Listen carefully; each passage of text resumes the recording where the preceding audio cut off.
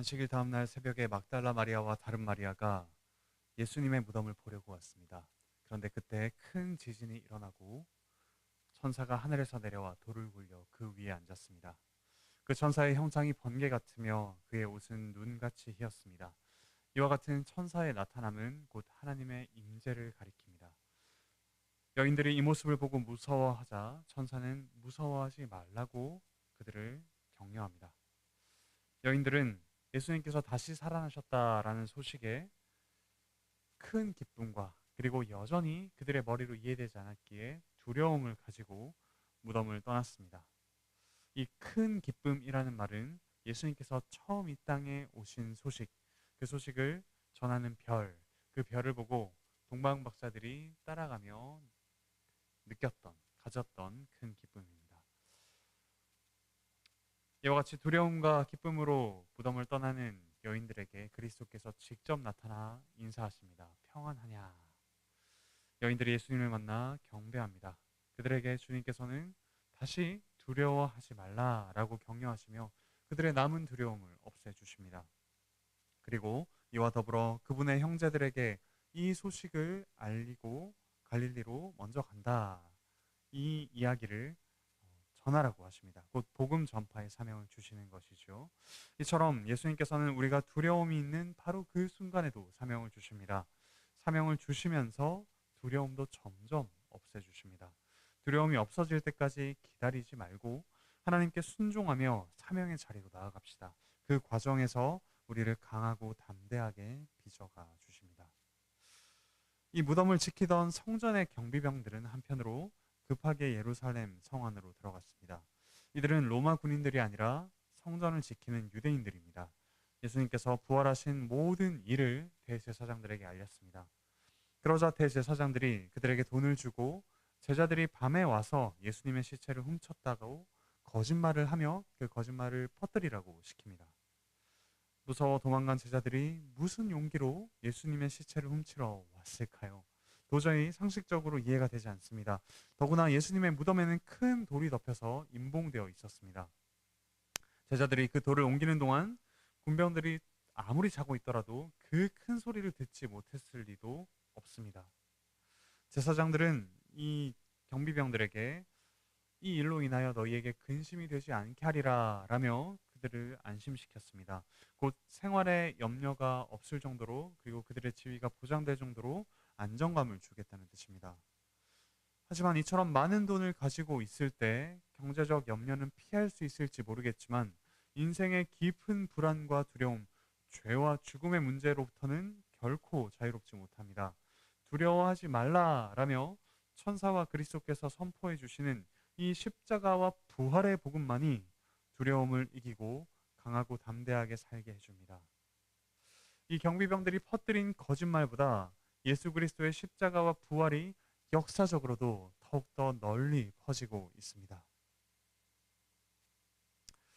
여인들로부터 소식을 들은 제자들은 갈릴리로 갑니다. 그리고 거기서 예수님을 만나 경배했습니다. 하지만 여전히 의심하는 자들도 있었습니다. 예수님께서는 이제까지 여러 번 의심하는 제자들에게 믿음이 작은 자들아 라며 책망하셨습니다. 그러면서도 그들을 집으로 돌려보내지 않으시고 계속해서 가르치시며 훈련시키셨습니다. 믿음이 작은 자들을 책망하시고 가르치시면서 믿음을 더해 주셨습니다. 그러므로 오늘 우리에게 믿음이 작다고 실망하지 맙시다. 복음을 들어야 믿음이 성장합니다. 예배에서 말씀을 듣는 것이 우리에겐 너무나도 중요한 일입니다. 제자들에게 예수님께서 주신 말씀에서 모든이라는 말이 여러 번 등장합니다. 완전히 순종하라는 말씀입니다. 또한 완전하게 그 제자들에게 함께 하실 것을 약속하시는 내용입니다. 하늘과 땅의 모든 권세를 내게 주셨으니 그러므로 너희는 가서 모든 민족을 제자로 삼아 아버지와 아들과 성령의 이름으로 세례를 주고 내가 너희에게 분부한 모든 것을 가르쳐 지키게 하라. 볼지어다 내가 세상 끝날까지 너희와 항상 즉 모든 날 함께 있으리라 라고 하십니다. 몸을 가지고 우리와 함께 계신 분이 되셔서 이 세상에 오신 그 하나님의 아들께서 계속해서 우리와 함께 계십니다. 지금 몸으로는 하늘에 계시지만 성령님을 통하여 우리와 함께 하십니다. 사랑하는 형제자매 여러분, 이 부활의 놀라운 소식은 온 세상의 역사를 바꾸어 놓았습니다. 그리고 그 사실을 받아들이는 우리의 삶을 바꾸어 놓습니다. 그런데 여전히 우리에게는 두려움이 있고 의심이 있으며 여전히 어려움들이 많이 있습니다. 하지만 주님께서는 우리가 두려워하거나 또 믿음이 작다고 하여 우리를 내버리지 않으십니다.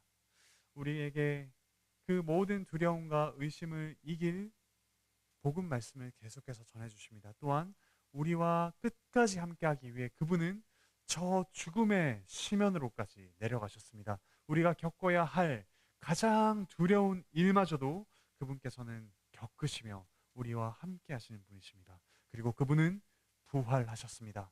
다시 살아나셔서 다시 오실 것입니다. 그리하여 우리의 죽을 몸도 다시 살아나며 영원히 우리와 함께 하시는 주님과 함께 살아갈 것입니다. 그러므로 오늘 하루 우리 평생에 우리와 함께 하시는 주님의 부활하심, 또 우리를 위해 죽으신 그 십자가의 복음을 계속해서 믿으며 우리가 그 복음을 전할 사명을 넉넉히 감당할 수 있게 주님께 구합시다. 오늘 하루 우리 가정과 직장과 학교에서 주님을 믿으며 주님과 동행하며 그 사명을 감당함으로써 또한 우리의 두려움과 의심을 이겨가시길 바랍니다.